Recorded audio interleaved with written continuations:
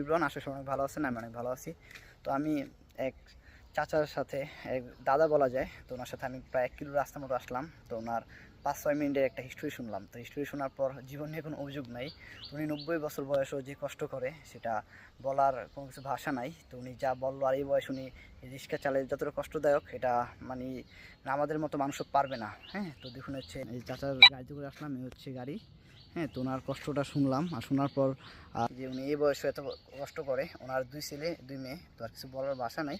তো আমার সামর্থ্য অনুযায়ী তারা আমি এখন দিব। তো আজকে যেমন সারাদিনে কিছু না করতে লাগে, তো আপনারা দেখেন আসলে ছেলে মেয়ে থাকলেও যে একটা মানুষ এত কষ্ট করতে হয় সেটা বলে কখন বোঝানো যাবে না।